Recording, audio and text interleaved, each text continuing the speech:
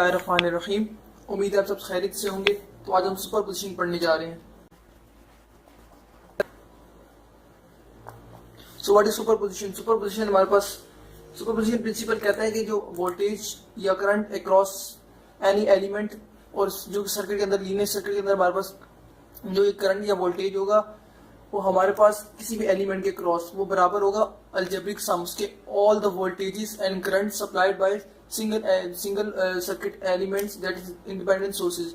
यानी independent sources को along अलग अलग जो आपके पास वोल्टेजेस प्रोवाइड कर रहे होंगे या करंट प्रोवाइड कर रहे होंगे उनका अलजेब्रिक सम जो उस पॉइंट पर होगा वो आपके पास उसके बराबर होगा। एक्चुअली उसकी वैल्यू होगी वो वोल्टेज या वो करंट होगा उसके क्रॉस। तो सबसे पहले हम कुछ स्टेप्स हैं इसके लिए।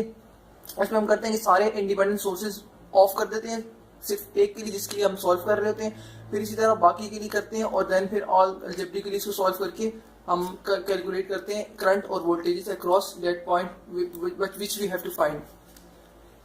सो लेट्स स्टार्ट।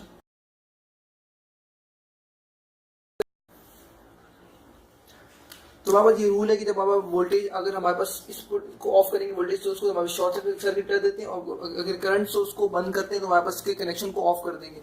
सो हम अगर इस वोल्टेज सोर्स सबसे पहले फाइंड करें तो उसके कनेक्शन को ऑफ कर देंगे। इसके लिए डायग्राम हमारे पास ऐसे हो जाएगी कुछ।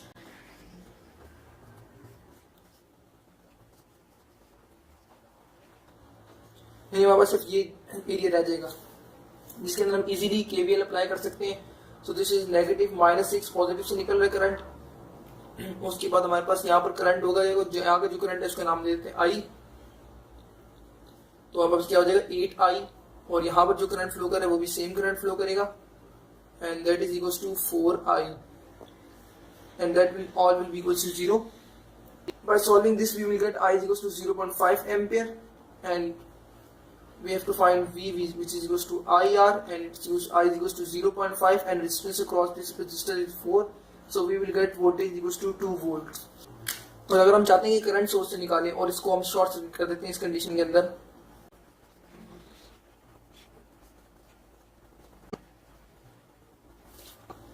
सो हमारे ये मेन सोर्स है करंट, ये सप्लाई हो रहा है दोनों तरफ, ठीक है। तो करंट डिवाइड होगा, हमें सिर्फ यहाँ का करंट फाइंड करना है ताकि फिर हम यहाँ का वोल्टेज फाइंड कर सकें। सो करंट हमारे पास हमें वोल्टेज क्योंकि वोल्टेज दोनों में बराबर होते हैं तो वी अगर इस स्पेसिफिक पॉइंट का फाइंड करना है तो वो और जो वोल्टेज सप्लाई है टोटल वो बराबर होते हैं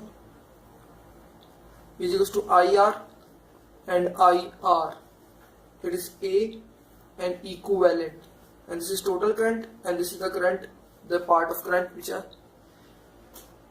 we want, ठीक है। तो IA हमने फाइंड करना है। IA will be equals to R equivalent upon RA multiplied by I total which will be equals to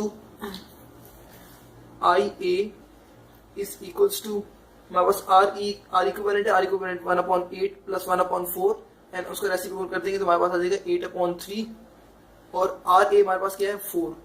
इसको मल्टीप्लाई कर देंगे टोटल करंट दैट इज 3 से।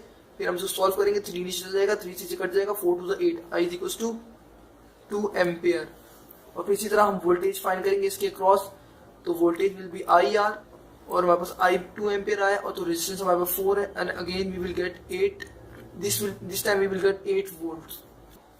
हमारे पास 8 वोल्ट आ गया तो हमारे पास एक नॉर्मल दोनों पॉजिटिव आए हैं। अब दोनों को ऐड करेंगे हमारे पास total voltage across this resistor आ जाएगा that is V total is equals to V1 plus V2, we can say it V2 and the previous voltage which we have find from the voltage source. So 8 and that is this is 8 and previous was 4. 8 plus 4 is equals to 12. So total voltage across this resistor is 12. So this is superposition theorem. So don't forget to subscribe and you can ask me about more videos and any questions you can comment and we can try our best to make more videos for you. Thank you. Thanks for watching.